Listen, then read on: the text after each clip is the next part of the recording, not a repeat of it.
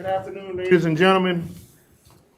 Welcome to our county council meetings. We have Planning and Public Works Committee first, where Chairman Darby is the chairman of that committee, and all council members serve. Mr. Darby, I'm going to turn it over to you, sir.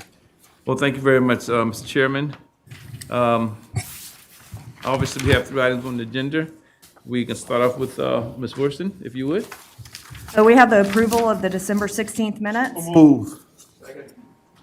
Probably move the second. Any questions? All in favor? Those opposed? Aye. Thank you. So approved. Ms. Worston? We have a zoning request, and Ms. Pickett is available if anybody has any questions or wants to see the presentation again. Move for approval on A and B. Second. Those in favor? Aye. Those opposed? The ayes have it. Ms. Worston? And then we have a request for the Colony Drive outfill ditch. Move for approval. All in favor? Aye. Those opposed, nay. No opposes. Stands approved. And then there's an ice storm response update, very quickly. I don't see that. But nonetheless, please. Good evening, members of council. My name is Eric Adams. I'm the Deputy Director of the Public Works Department. Take a quick moment to update on our Public Works response to the ice storm last weekend. On Friday, at 7 a.m., we moved to 24-hour operations. We had 43 Public Works employees in total working the operation. We had 6 dump truck spreaders that you see on your screen here, the image. We treated, this is loading up one of the spreaders with salt with our backhoe. We treated 46 bridges treated in coordination with SCDOT around the county. This is a diagram of all the bridges that we are responsible for in responding to an ice storm. Each bridge was treated approximately 3 rounds, depending on the inspection of that bridge and the condition, with a total of about 30 tons of salt placed. Video of the operation taking place. You can see the salt being dispersed. This was on Leeds Avenue over 526. We also had on Saturday 2 crews on standby to remove any vegetative debris. That was not necessary. We were in constant coordination with SCDOT along with the Sheriff's Office throughout the event. The field staff did admirably responsive on this. They stepped up, worked through the night without complaint, truly all with a servant's heart.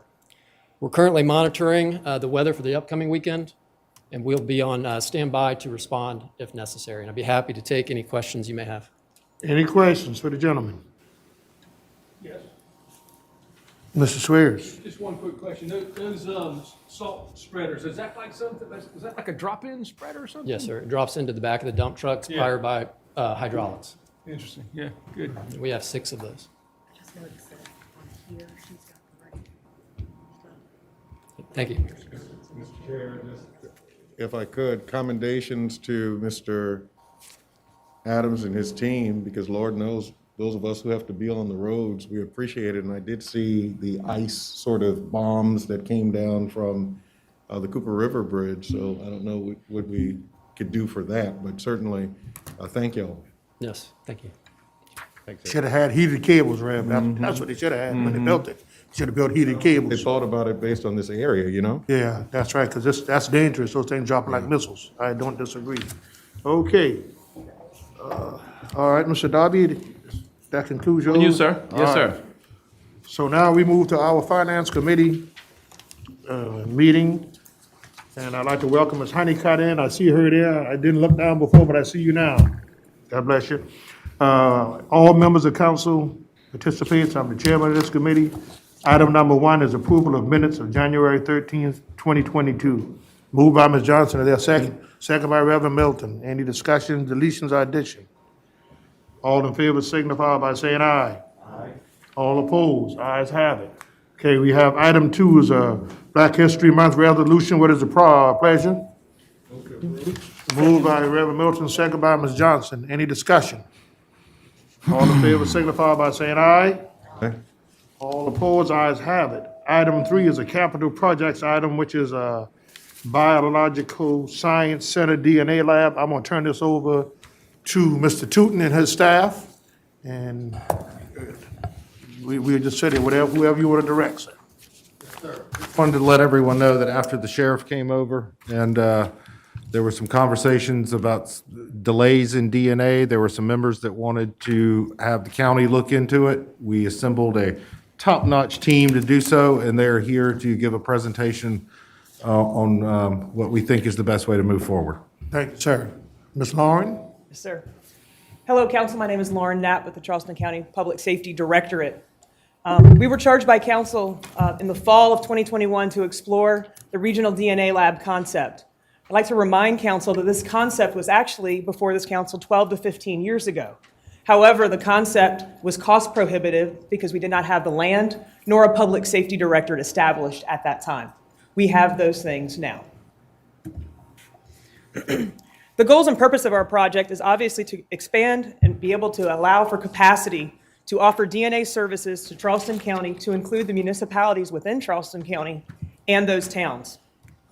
We have the option to offer those services to Berkeley and Dorchester County, and I'm pleased to say that both sheriffs in Berkeley and Dorchester County fully support this initiative. We look to achieve accreditation from the FBI to achieve the highest level of accreditation. We're looking to reduce the backlog that we know is a nationwide issue as well as a statewide issue. DNA is becoming more and more common in practice in all court cases, so the backlog will not be reduced anytime soon. We're hoping investigations can be concluded without delay and provide closures for victims and victims' families. This is very pertinent, at least in the coroner's office, with regards to identifying missing remains. Right now, our coroner's office is on the front foot for most other coroner offices to identify their remains as well. So other coroners are very interested in us being able to offer this service to them. For our research, we pulled the samples that were submitted by all 3 counties and those municipality police departments to SLED since 2018. What you'll see in the chart is that the samples have actually gone down. That is down because SLED has allowed the agencies to go from 8 samples submitted down to 4 to help reduce their backlog. So now police agencies are having to be even choosier in what samples go to SLED. In our research with many of the municipalities and the police departments, many are actually going outside the state, sometimes at the cost of $10,000 a sample, to expedite analysis to make arrests and move cases along. We visited the Orangeburg Forensics Lab when COVID permitted. We also have had conference calls with the Beaufort County Forensics Lab, the Greenville County Forensics Lab, New York City Medical Examiner's Office, who recently just won an award for their DNA efficiency and integrity, the New York Police Department, and we've also reviewed the FBI standards and accreditation. The one question that we asked all of these labs that you see here within our state is many of them were stood up almost a decade ago. So they've been in this world for almost 10 years. And we asked them lessons learned. Their biggest lesson learned was that they don't have the capacity. They didn't see far enough ahead because of the need. So we have taken that into account with regards to our building size and our growing population and samples that will be coming into our facility. The recommendations is that the Charleston County Biological Science Center would report directly to the Deputy County Administrator for Public Safety Directorate. This would provide continuity and consistency with regards to a very integral part of the judicial and criminal justice process. We also propose the Biological Center would offer services to municipalities and towns within Charleston County to include the fire services, law enforcement services, and the coroner's office, and include the Berkeley and Dorchester counties to address their needs. The proposed location is 3765 Leeds Avenue. Some of you may be familiar with it as the old pet shelter, adjacent to the Alcannon Detention Center.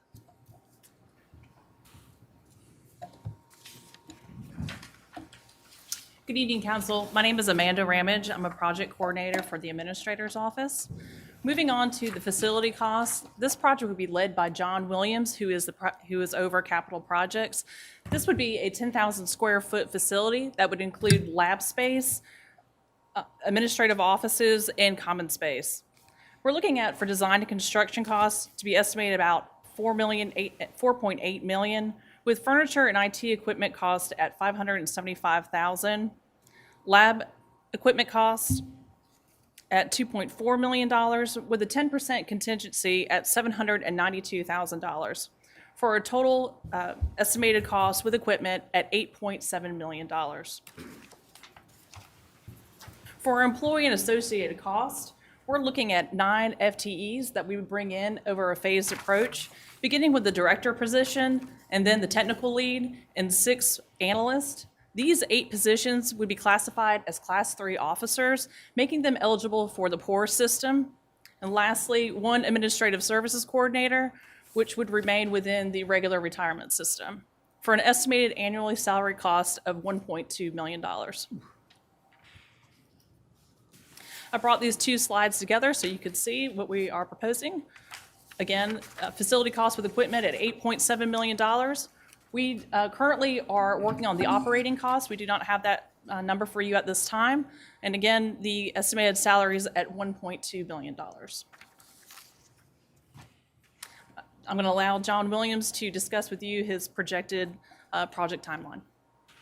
Thanks, Amanda. John Williams, Director of Capital Projects. So we've been spending a lot of time building up to this presentation, getting some RFP information ready, kind of coming up with some strategies of how we can quickly deliver this. We understand that with the backlog, there's a real big importance to get this built in operation quickly, but there's also the accreditation period that we have to count in as well. So this looks at strictly the design and construction.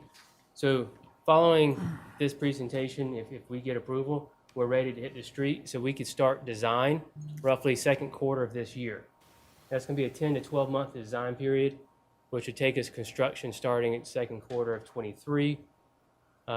Another 12 months to construct the building. So second quarter of 24, the contractor would then turn the building over to the county as complete, and it would take us roughly 1 to 3 months, depending on the equipment certification period, but to get the building where the accreditation period can start. So that'll be moving the furniture in, that would be moving all the equipment in and getting hooked up in the building functional and operational. So, this is a huge team effort. When you have these tight of a schedules, it really takes the team coming together and working directly with the users and with Amanda and Lauren. This is gonna be a great team effort, and I think we stand a good chance of hitting these dates. So. Any questions?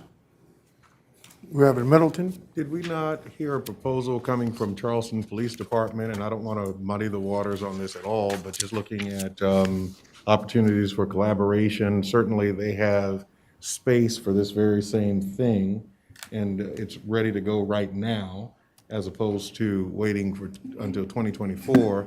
So tell me how this proposal differs from theirs. So with their proposal, sir, we owned none of the equipment and we did not have control of the bodies.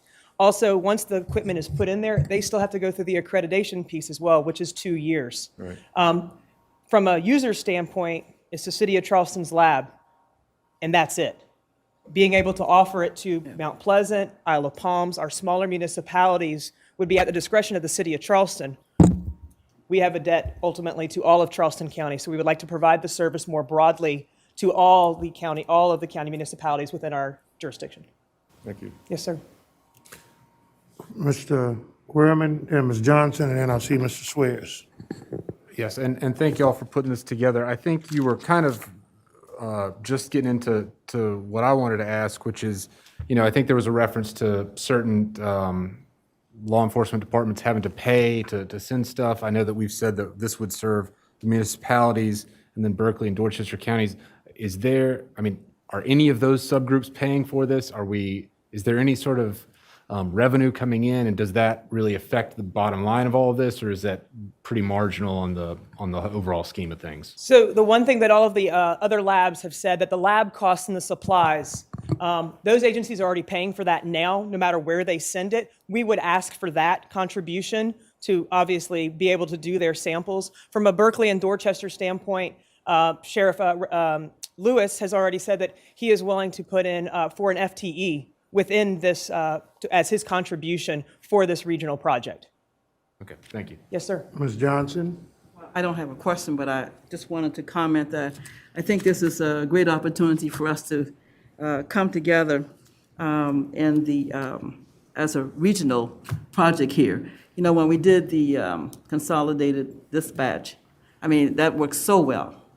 And to have all of our agencies be able to utilize this lab as a county facility versus just having us go over to the city and use their lab, and who knows how long you have to wait. But I think everybody will be on an equal level if it's done as a regional facility. So thank you all for putting this together. Yes, ma'am. And I certainly would support it.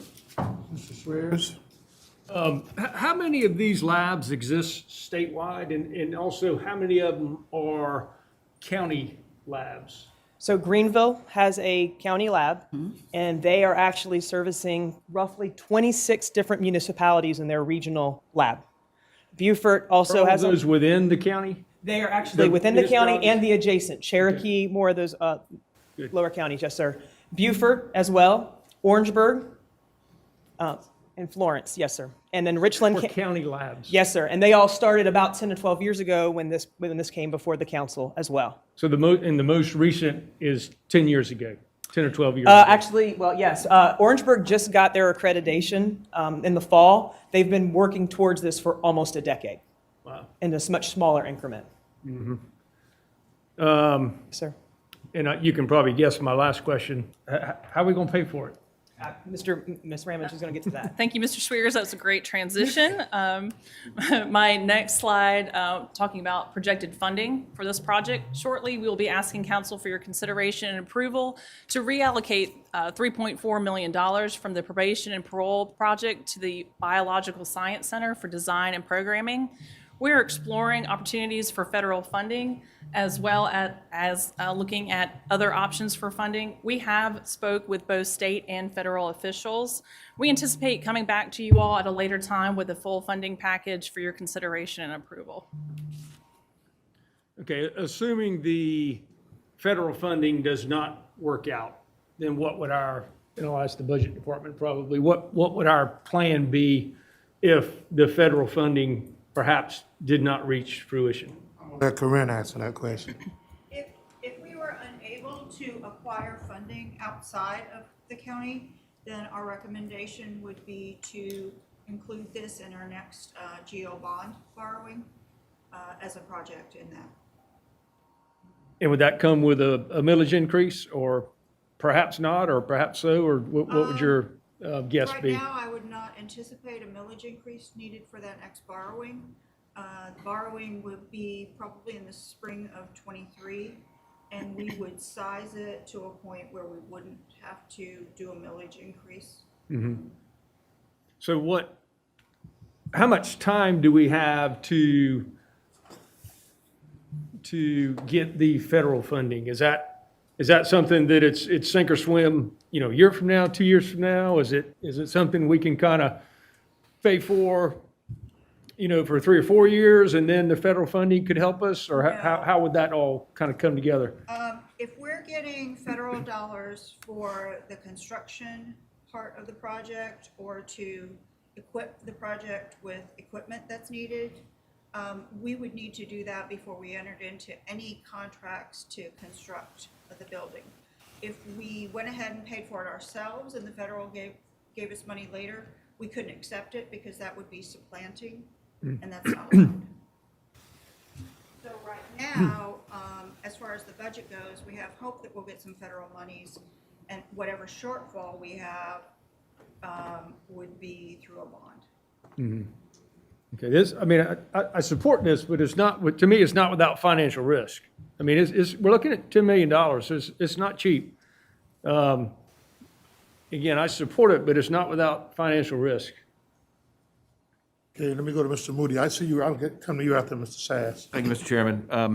I piggyback on a little bit what Mr. Swears and Mr. Werman said. In my world, we work with sources and uses of cash. I support this project, and I believe the uses of cash are well accounted for. We've got an $8.7 million project. We've got I'm going to call it $2 million a year in annual operating, because you've got salaries, you got lights, you got supplies. So let's just assume you got a $2 million annual operating budget. My question, like Mr. Swears, is I don't know where the sources are.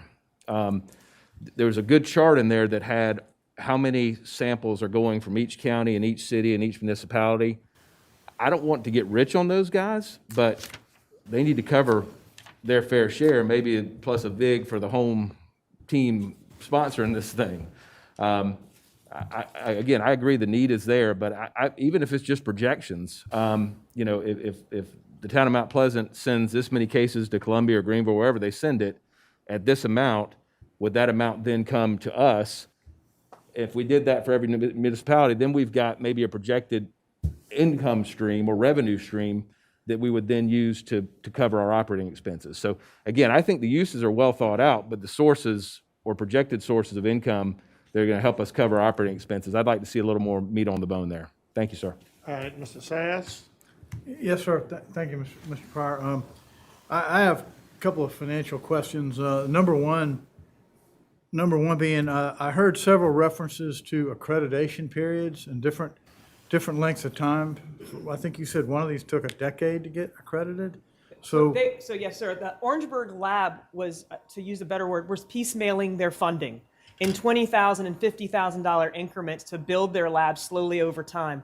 Once they got everything and they went through the accreditation process, it took them almost 2 to 3 years to do that, to then start using the lab to provide it with samples. Yes, sir. Right. So it took a long time. They were doing small little grabs. They had the structure because they partnered under an existing building, but they were doing small pulls. Okay, so if we did everything right and didn't do it piecemeal, Yes, sir. and had proper planning, how long should accreditation take? And does that mean we don't get to start doing any work till we get accredited, right? Correct, sir. Okay. And we have looked at, there are ways to expedite accreditation with regards to right-sizing the structure with the lab equipment to actually expedite that to 1.5 years. So we are very conscious on the aggressive build because we know that we can't start actually working into it until we get the doors up and the roof on, and then we start that process. Right. I like the idea of the other municipalities participating, and obviously I agree with Mr. Schweers and Mr. Moody that we would want some buy-in from them. They would be participating in they'd be participating in the operational costs. After we get accredited, they'd be bringing kits or be coming to the property and bringing DNA samples and things like that. So I'd like to, is there any way to estimate what kind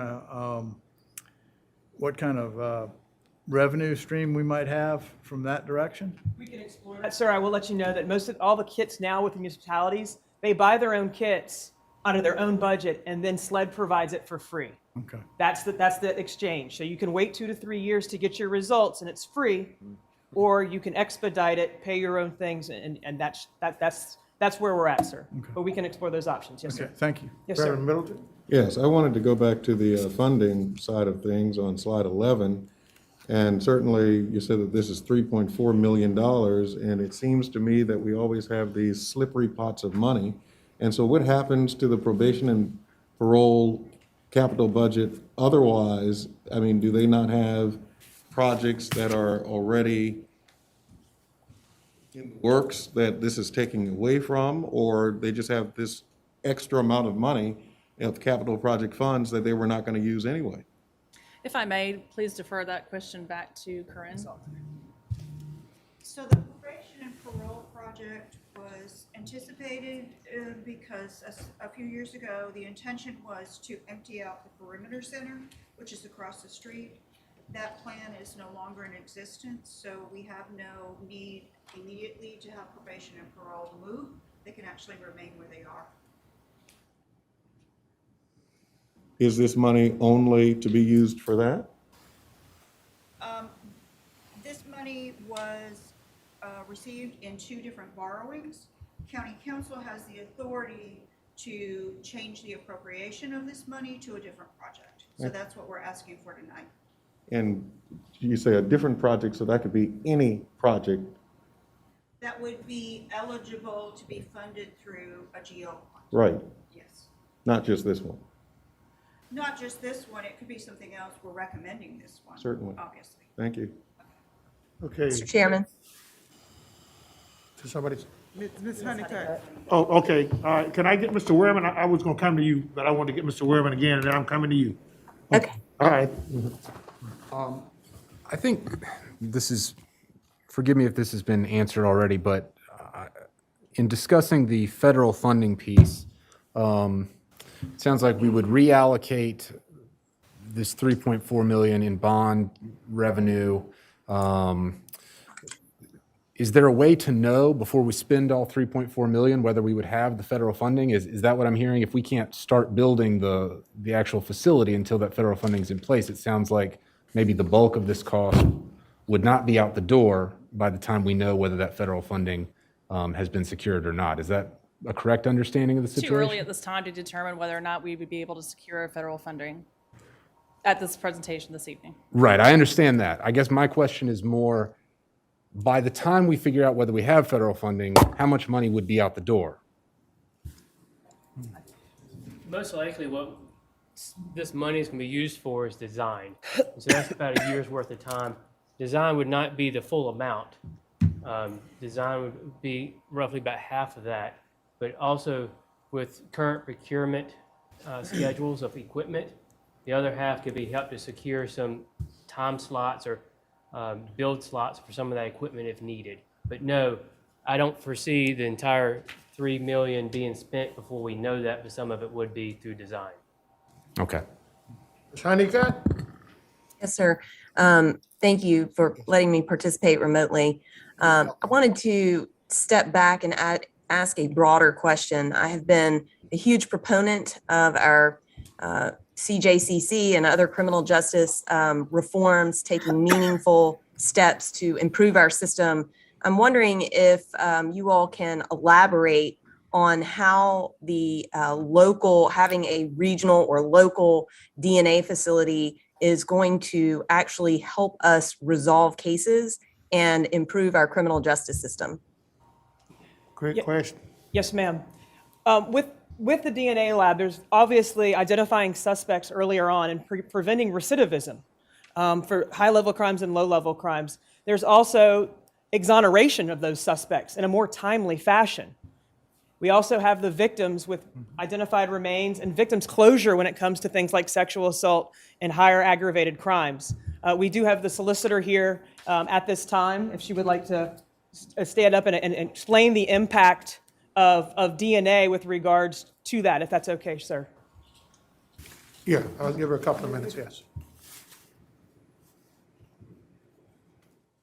Well, I have to say I'm delighted that y'all are taking this up. I see former Coroner Wooten here and Paul Tittle in the back, and I know they both remember, I think it was more like 15 years ago that we worked on this and almost got to the finish line, but lost out on some grant funding. When I surveyed my office today, just to quickly say, do you have any cases I can use for an example that show the delays? Some people were in court, some people were remote, saying, I can't put my hands on it now, but this is a game changer. It would be a game changer for the backlog that's in my office. What they presented earlier about SLED limiting the samples from 8 to 4, that is a huge deal. Because what happens is you get the 4 samples that they test back, and then if you're a defendant, you are asking why aren't those other 4 samples tested, especially if the first 4 don't yield anything. We have a case right now from March of 2020, a reckless homicide case involving death, where the defendant is saying, it wasn't me driving, and there's blood on the steering wheel where the impact was. That case hasn't even been assigned at SLED for DNA yet. From March of 2020. 2019, 2 armed robbery cases. Again, this was just a survey of people who happened to be at their desk. Can you give me something to take to counsel? 2020 murder from April. Hasn't been tested yet. November of 2020, 6 armed robbery charges for 3 people sitting in jail. The DNA hadn't been tested yet. Of course, we think it will inculpate, but what if it exculpates?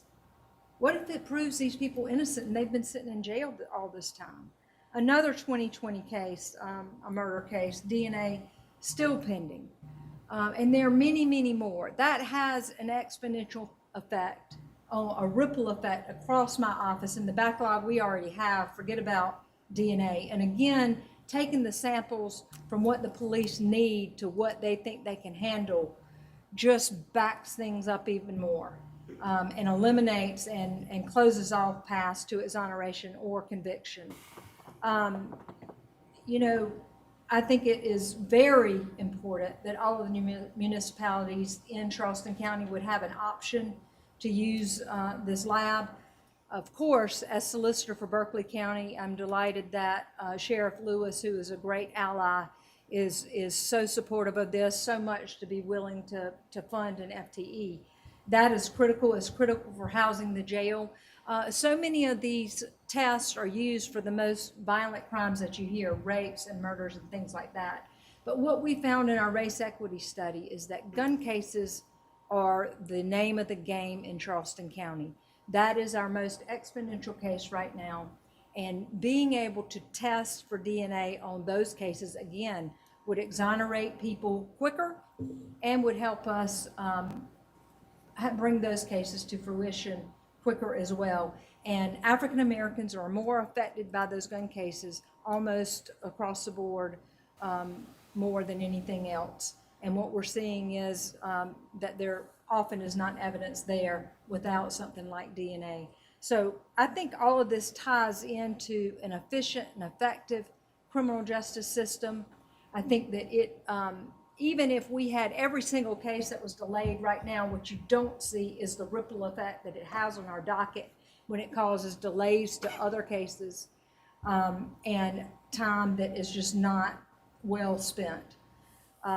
I'm happy to answer any other questions about that. I wholeheartedly support this. I think it can do a tremendous amount of good for Charleston County, for our whole region. And I hope that we can make this work with the money and get it on the move as soon as we can. Okay, thank you, ma'am. Any, Sonny Cut, that satisfy you? Anything else? You're welcome. Okay, Mr. Swears, I saw you had your hand up. I'm gonna go back to you. Yep. Thank you, Solicitor. That just reinforces there are many very compelling reasons to do this. Back on the finances, and this is not a reason not to support it, but back on the finances, I do think that staff needs to develop a way forward is regarding other counties using our facility, and also how municipalities use our facility and the financial relationships. I think we need to establish those early on instead of on the tail end. On the tail end, they're going to say, well, gosh, y'all already bought this thing. You know, you already staffed it.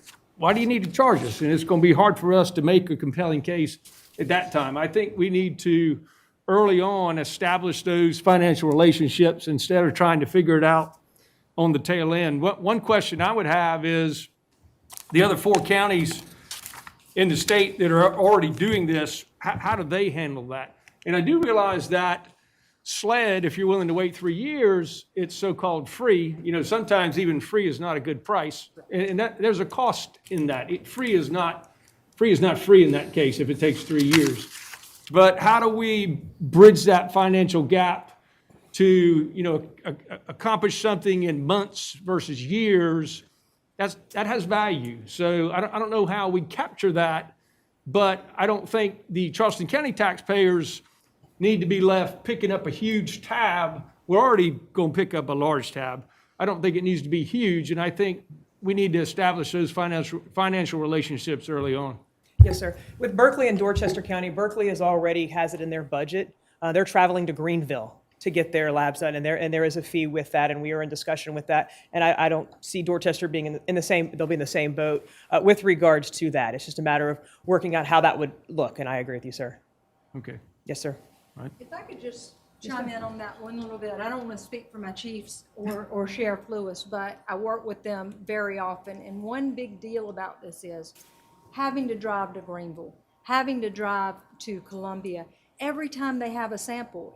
And part of the reason for the delay is not just SLED, it's that the agencies don't want to send somebody every day or once a week even. So sometimes they might go once a month to save money on gas and save money on manpower for having somebody drive and ferry this stuff up and then have to go get it again. So it will be a big cost saver for the municipalities not to have to drive to these faraway places.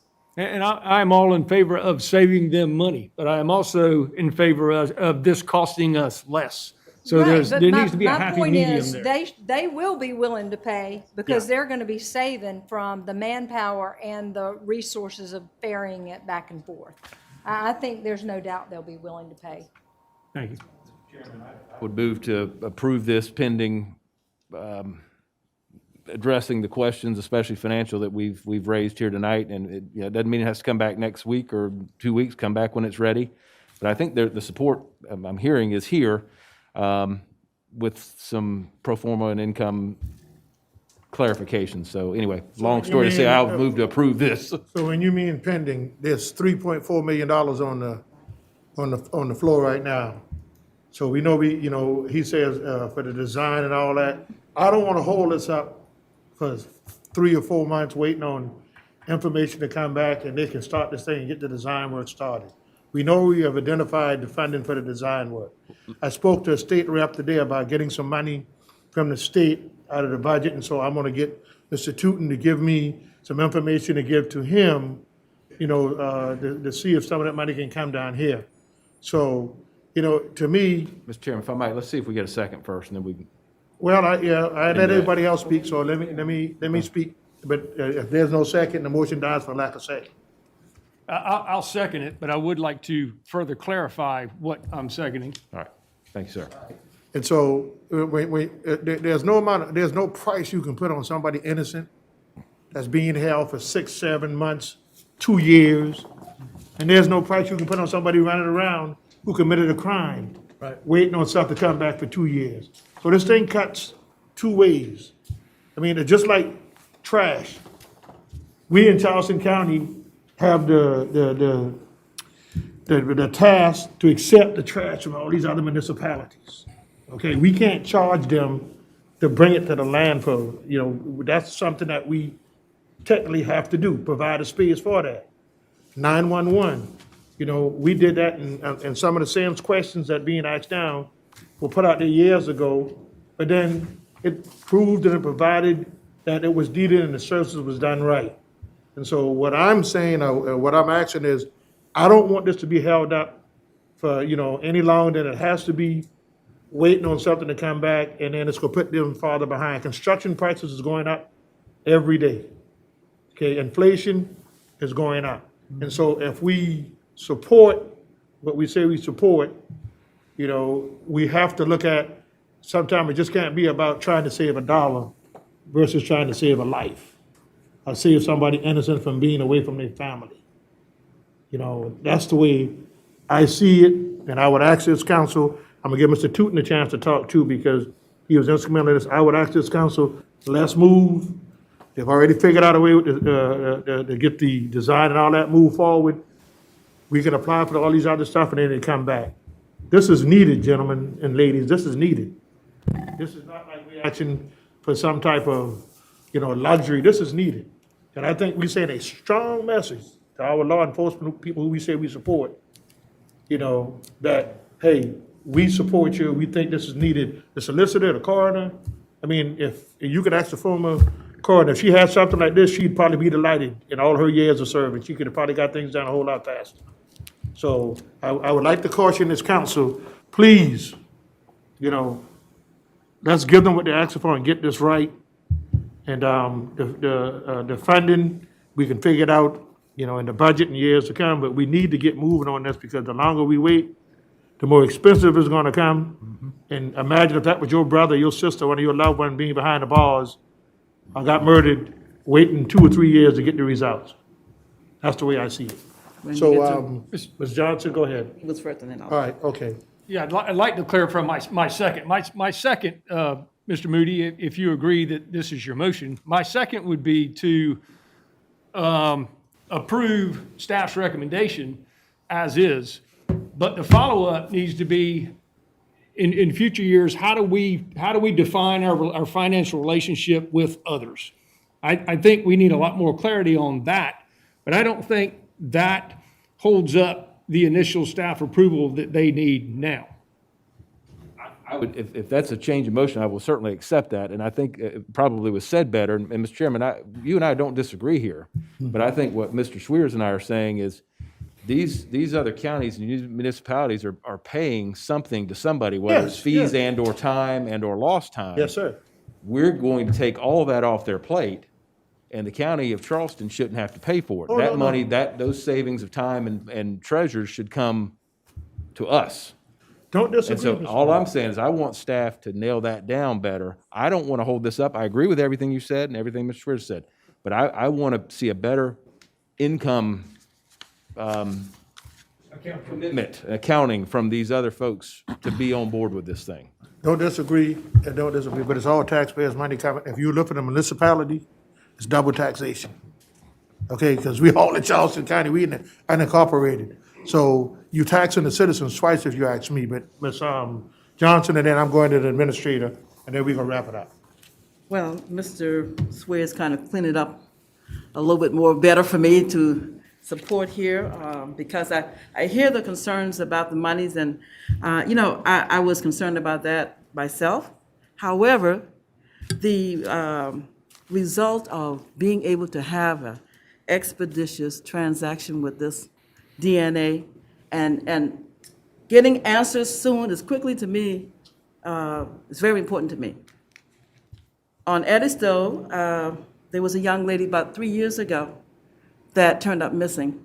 Lots of blood all over the place. The scene was clear that something happened to her. She hasn't been found, and we don't even have a clue what happened to her. And I think DNA would really play a big part with all the blood I heard that was spilled in the area, where we could identify something if we had fast DNA. So this is something that I think we really need to move on as soon as possible.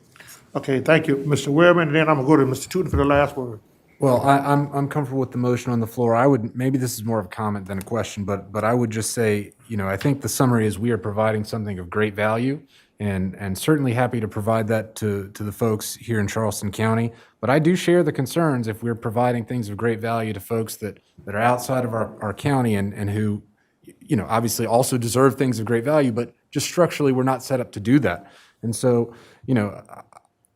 if we move this forward, I think we just need to understand that we have to have the resolve to, if we don't get some of this funding secured from these other sources, we may have to scale this down at some point, so it is just a Charleston County thing. I know that we want to provide something that's gonna, grow with the future, but I am worried about the dynamic that Mr. Schwiers eloquently outlined of us being sort of overly committed and other folks being able to just take advantage of that. And so I don't want us to get too overly committed to spending, what does amount to a pretty significant amount of money here in the future, if that's going to somehow undermine our ability to get more partnership and get more folks at the table.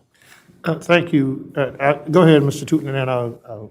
Mr. Chairman, members of council, at the risk of trying to probably screw up what smarter staff has been working on, let me try to provide some sort of summation. So as far as the funding, we have been told repeatedly, well, what's the county putting into it? Nobody's going to even think about doing anything until, if and when council decides to put, quote, skin in the game. That's come from the federal delegation. That's come from the state delegation. I've talked to members of the State House as well.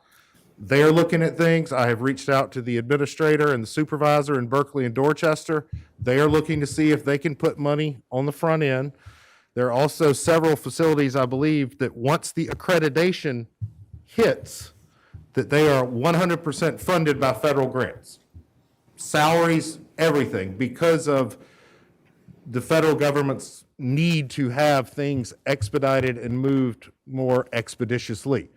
So not worried so much about that as far as the funding that comes up front, which the reason we're doing this, just like we do roads projects, we come in with a small amount, we try to get a design, then we come back. So we're kind of following our own standard operating procedure as opposed to coming right from the beginning and asking for everything up front.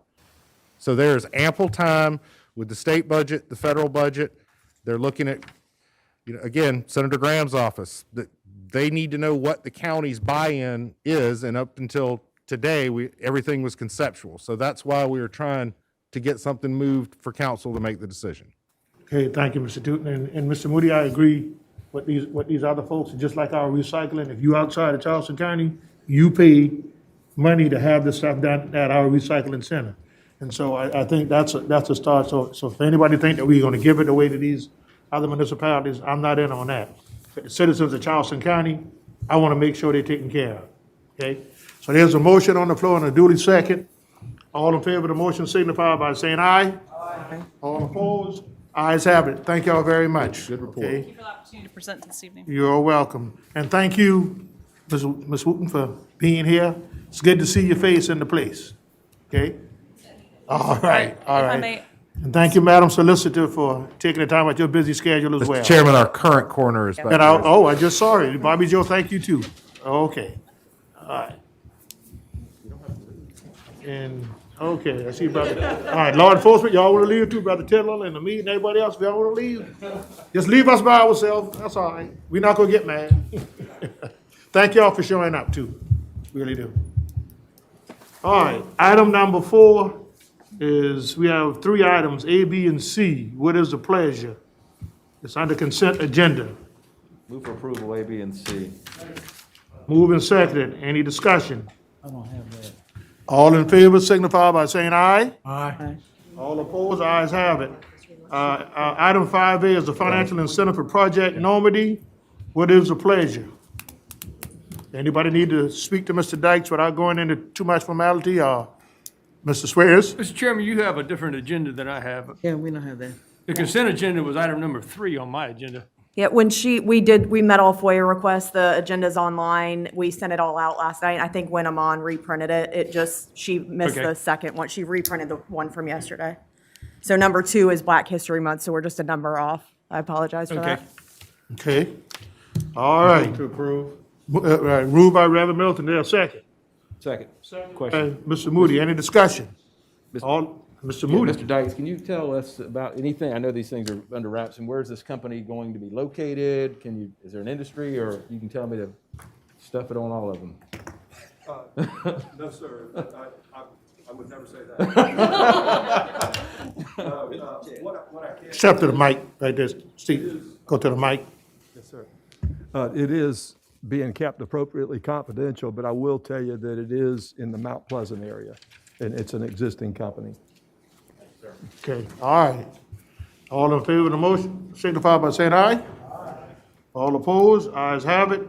Item 6 is Greenbelt items, Silver Hill Plantation Conservation Easement Transfer Request. Can somebody tell us what this is about? For approval. Move and seconded. I thought we were hearing something. Yeah, he's gonna tell us, maybe Mr. Swears know and I don't, but I just want to, yes, Mr. sir. Chairman, East Cooper Land Trust was the original grant recipient.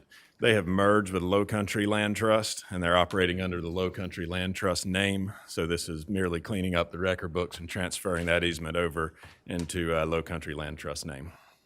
Reverend Middleton. I suspected such, and, certainly historically, let me say this, because when you look at these land trusts that protect all of these plantations, Boone Hall, et cetera, and these huge mammoth tracts of land that have been preserved literally from that time until this time, we can't subdivide them, we can't go on and do anything, like we're overdeveloping all of these other people's lands. These settlement communities are completely struggling to even maintain their own identity, existence, property, integrity, dignity.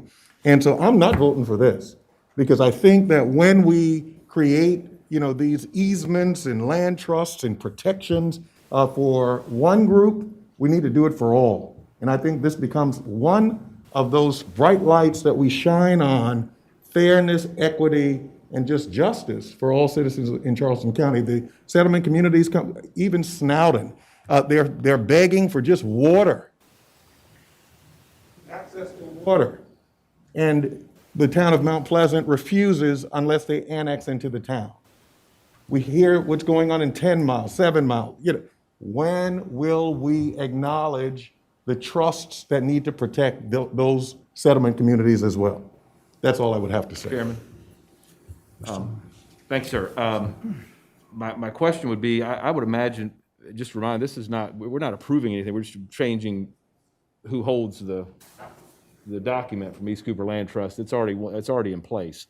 So my question would be, would it be a better use of the Greenbelt Advisory Board's time and ours? There's got to be more of these that are held by East Cooper Land Trust that are transferring to Low Country Land Trust. Maybe just bring them all to us one time en masse? This is the only That's one. it? Yes, sir. Wow, wouldn't have guessed that. There are some. Okay. Yes, sir. Wouldn't have guessed that. Thank you, sir. All right, well. Mr. Chairman, Yes, ma'am. I just wanted to weigh in because I feel like we're conflating some things here and make it clear, and maybe, our staff can elaborate on this. Anyone in any settlement community can certainly preserve and apply for any conservation protection. And so this is not limited to one group of people. So I'm not exactly sure what the issue is here. But any individual who wants to put their land in conservation can do that and can arrange for that. So I'm not opposed to this, and I certainly think that if there are any other communities, that I'd love to sit down and talk with them and help them understand what their rights may be, if that's what they want to do, if they want to put their land in conservation and not be able to subdivide it or sell it in the future. And I Chairman, think, I'm talking about the history yes, sir. in America, not only Charleston County, and certainly as it has protected land trusts like this one that we're contemplating tonight. Okay. So let me ask you, how much acreage do you have to have in order for this to have an easement? Like protect these things? Is there a certain amount of acreage? Because I think this came up before when me and Mr. Darby was asking about this, and we were basically told that individually, that if you had 10 people in a settlement or 10 people wanted to preserve the land under easement, that couldn't be done. So I just want clarification for my purpose. Mr. Darby, am I correct? That's correct, sir. That's what we were told when this thing first started, because we were trying to tell the folks on Watermalaw and John's Island, why don't y'all all combine together and do an easement? We were told we couldn't do that. Well, sir, you all did create a small landowner program several years ago that was intended to address that issue, I believe. That was after the initial program started. You are correct. Larger tracts are more appealing to land trusts because there are additional costs, legal costs, and closing costs associated with that. So larger tracts bring more bang for the buck. Yes, sir. Yes, And that's what I thought. They brought, 2 years ago, we did something to try to help these folks. But originally, it wasn't like that you had to have a large tract. And everybody knows me, I've always been against easements when the public doesn't have access. Now, this is already passed, I understand that. But, to spend taxpayers' dollars where the public doesn't have access, I will never support that because I think it's just, that's just not right. But this is something different.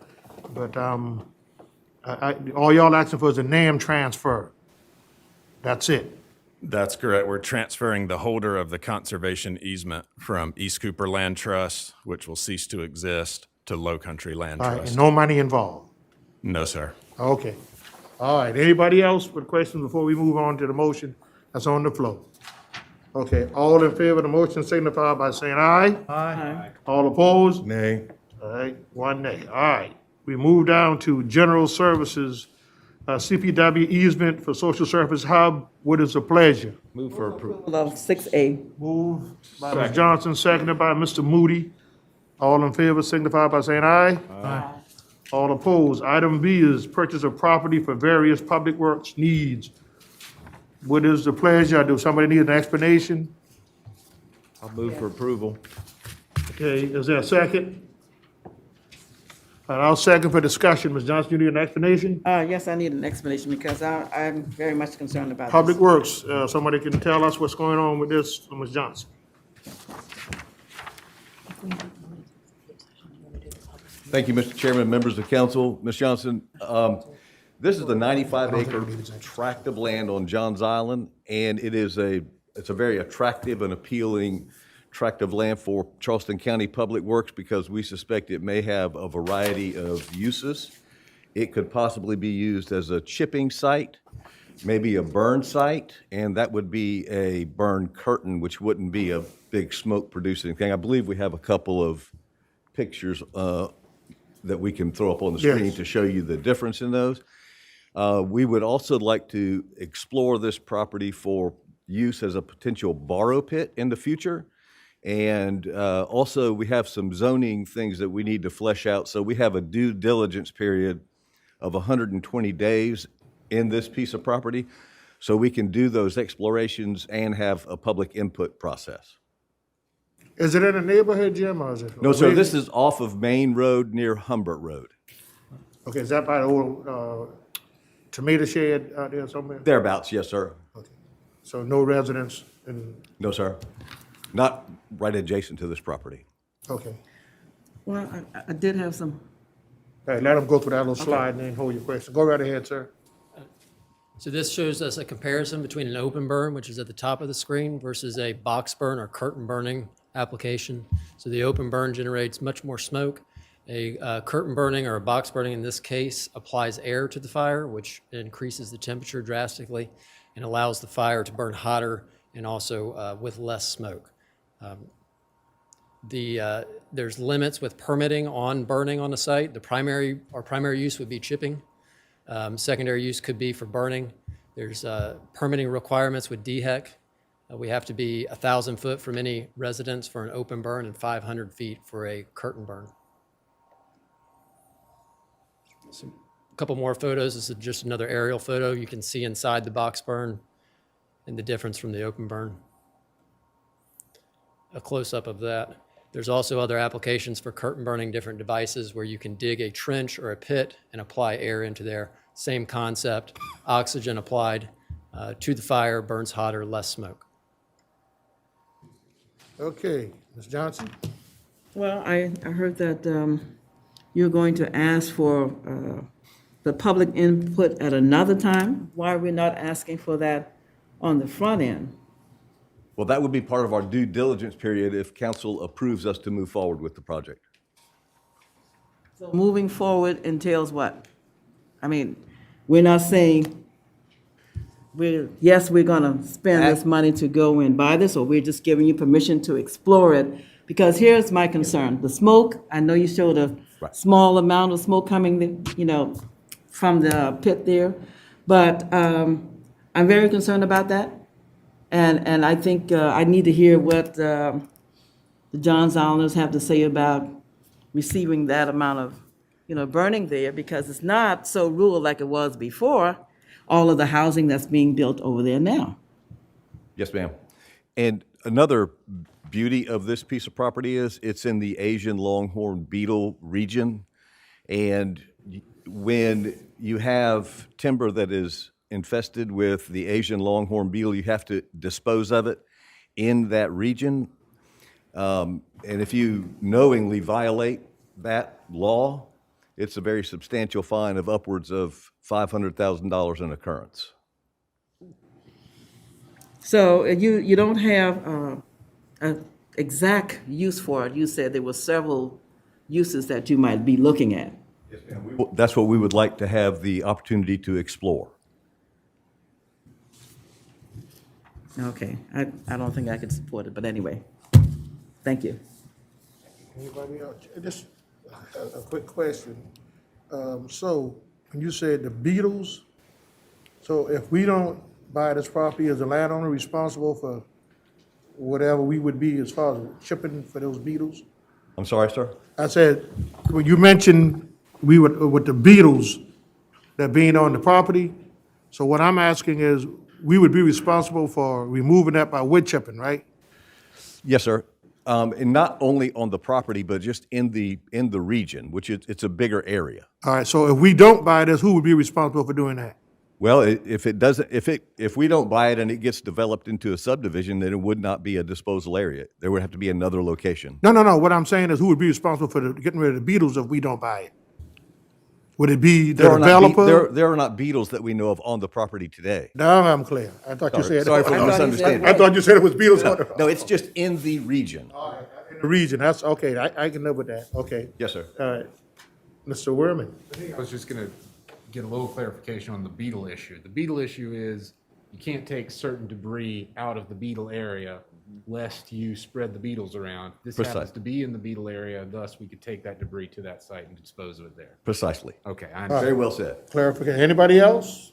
Okay, there's a motion on the floor to approve. All in favor of the motion signify by saying aye. Aye. All opposed? Who's the nay? All right, Mr. Werman and Ms. Johnson. Okay? I'll join them. All right, at so this Reverend time. Milton is a nay. You got 3 nays. Okay. All right. So that concludes our Finance Committee. Now we have one public hearing notice we need to get into, so. Notice is Madam? hereby given that Charleston County Council will hold a public hearing on Thursday, January 27th, 2022 at 5 o'clock regarding an ordinance establishing the Charleston County Housing Steering Committee and other matters related thereto. Did anybody sign up to speak? Nobody has signed up. Anything from council members? Okay, that concludes that. So now we got a special county council meeting. Let me make sure I got the agenda right. Yes, all right. The Freedom of Information Act, In compliance with the Freedom of Information Act, notice of meetings was posted and agendas were distributed to news media and persons requesting notification.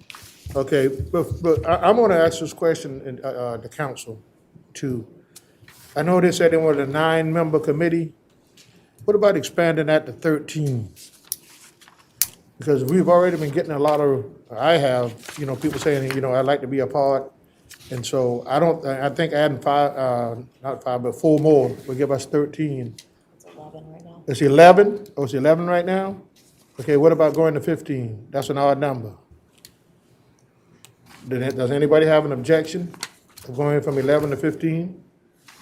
That's starting, thank you, sir. That's just getting a little unwieldy. Maybe somewhere in the middle, maybe 13, That's fine. I'm just open. I just want, people want to participate. I don't want to get it. Well, if you want to Mr. make a motion. Darby's We have point, I don't want to shut 11. people out, but I also don't want to get something so big that is so unwieldy Okay. that you can't keep it together. You want to spread, I'm good for that, sir. If somebody wants to make So a why motion. why don't we can approve, my motion is to, oh, no, I'm sorry, we were just discussing it. We can amend up to 3rd reading, so Yes, sir. why don't we have staff come back and make some recommendations of 2 more people, industries, Good experts, or point. whatever they Good could point. do, and we could All consider right. it 3rd reading. We just amend that 3rd reading because I forgot about that. We can amend that to 3rd reading, so we just need to take on 2nd reading now to move it forward. Okay. Ms. West? An ordinance establishing the Charleston County Housing Steering Committee and other matters related thereto. Mr. Darby?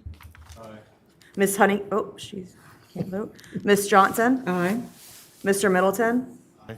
Mr. Moody? Aye. Mr. Sass? Aye. Mr. Schwiers? Aye. Mr. Warman? Aye. Mr. Pryor? Aye. We have 8 ayes and 1 absent. And I would have voted yes. Okay. You'll be back for the next one, right? So we're asking the committee to, our staff to. Yeah, they're gonna look explore into that items and make bring it us clear for them. Okay. if there's no objection. So I'm gonna go into council comments and then I'll have mine at last. So council comment, Mr. Darby, No, sir. Ms. Johnson, I'll pass this. Mr. Sass, No, sir. Mr. Moody. Thank you, Mr. Chairman. This council received a letter, I guess, late last week from Charleston County Bar Association regarding the Register of Deeds Office. I support what they've asked us to do. I guess I'd like to hear from the attorney. We've got an election for that office upcoming. I want to note, to make sure that everybody knows this is in no way, this isn't partisan, this isn't anything, this is about a dysfunctional office. I don't even know what the financial liability is of that office, which would eventually come to the taxpayers of Charleston County through us. If there is liability there, I'm sure there is. But maybe the attorney, I think you'd mentioned, you've asked her to look into this. I'd like to hear from her as soon as possible, because again, there are elections, there's primaries coming up. So people that are considering that office need to know that we're looking at doing this, maybe taking this back under the administrator's office. But I work in that industry, and I can tell you, we're not getting recorded mortgages back for 3 and 4 months, and that's a big problem. It's a big problem. So, thank you, Mr. Chairman. All right, Ms. Ham, do you have an answer? You want to wait until another meeting? I know you were busy, and I knew I'd ask you to look into that. So if it's at the next meeting, or you want to, send out an email or call an individual, whatever you want to do. but I'd like to have that answer sooner rather than later. I can be prepared for the next meeting. Okay, and that's on what, the 3rd? When is it on? The 1st. The 1st, Tuesday. Yes, sir. Okay. Thank you, All Mr. right, Chairman. you're Thank you, welcome. Mrs. Sam. All right. Mr. Werman, No, I don't have anything to add to that. Thank you. okay. Mr. Swears? Just for clarity on Mr. Moody's request, basically what I'd like to know is that something that is under the purview of county council to make that change? I always assumed it was a state house, but if it's county council, then I would ask that that be done quickly. We can vote on it. I mean, if it doesn't pass, it doesn't pass. The answer she's But getting me, Tuesday, sir, okay, whether it's a great. state, because I was always told that local delegation had to weigh in through the state. So she's getting that answer, and as soon as she get that answer by I look forward to Tuesday. that discussion on Tuesday. Reverend Middleton? Okay. Mr. Administrator? Madam Attorney? No, sir. What about me? What about me? I come in, I got you. When I looked up, I looked, Ms. Honeycutt? Thank you, Mr. Chairman. Yes, ma'am. I wanted to say thank you to Oh, there you go. Oh. You're locked up. Can you try again? Teddy, push the button back there, man. Evan jumping on this. We appreciate it. Hey, Ms. Honeycutt, you might want to say that over again, because you was frozen. Oh, no. Yes. I just wanted to say thank you to our Public Safety Directorate for jumping on the task of looking into this DNA lab, because I think it's going to transform our criminal justice system here. So thank you all so much. Thank you. I was going to do that, but I don't need to say no more. You've done that to Mr. Watson and his staff too. But what I would like to do is, on affordable housing, that's important, and everybody wants to participate. And I think, Ms. Ham, if I'm within purview, I would like to make that as a committee as a whole, so that way everybody can participate at the same time. And once it leaves that committee, it comes straight to council. Because I don't want somebody to feel like they shut out, that they can't, and then it has to go to a committee, then come to finance, and then come to council. So what I'm doing tonight is making it as a committee as a whole. So every council member can participate on that committee, and once we take a vote in that committee, it moves on to the full council. And so, if anybody got any objection, I'd like to hear it, but, I think it serves the whole, everybody. The question, I don't object to it, but just, if there's a request for funding, would that not have to go through finance? No. He just- It would come to, that committee, Mr. Moody, would be like anything we do in planning and public works. It leaves planning and public works and then comes straight to council. Right. So so this is the way I want this to be, everybody to have participation. And then once it leaves out of that committee, there's no need to send it to finance, because we've already made a decision. Now, if it's something that needs to go to finance, you check before our next meeting. But I think simply what we're saying is it speeds the process up, number one. And number two, everybody gets to participate at the same time. Yeah, I'm fine with it. I don't mind it. I just want to make sure we weren't skipping Yeah, a step and if so, there but was a request for funding. But if she says it has to go to finance, I don't mind doing it, but I just want everybody to have fair participation. No problem. Anybody got objection to that? I don't have And any to be objection. honest with you, we may need to start looking at having all our committees as a whole, so everybody can participate. But we will get to that and look into that further. I'll call each council member and get some input. But just want to make sure everybody got, I don't want Mr. Werman to say, oh, well, we were talking about this in this committee and I wasn't on there. And then when it comes to council, that's all. We let people participate, but the public also can participate if we let a non-committee member speak. We have to give the public that same amount of time. So just trying to show up some loose ends.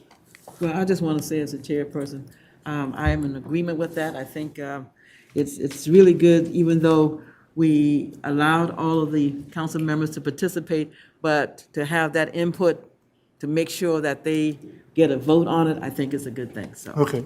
with that. Anybody else? Ms. Honeycutt? Okay. Safe travels back home, okay? Meeting adjourned.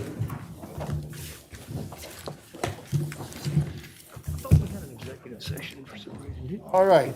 Thank you so much, Ms. Russell.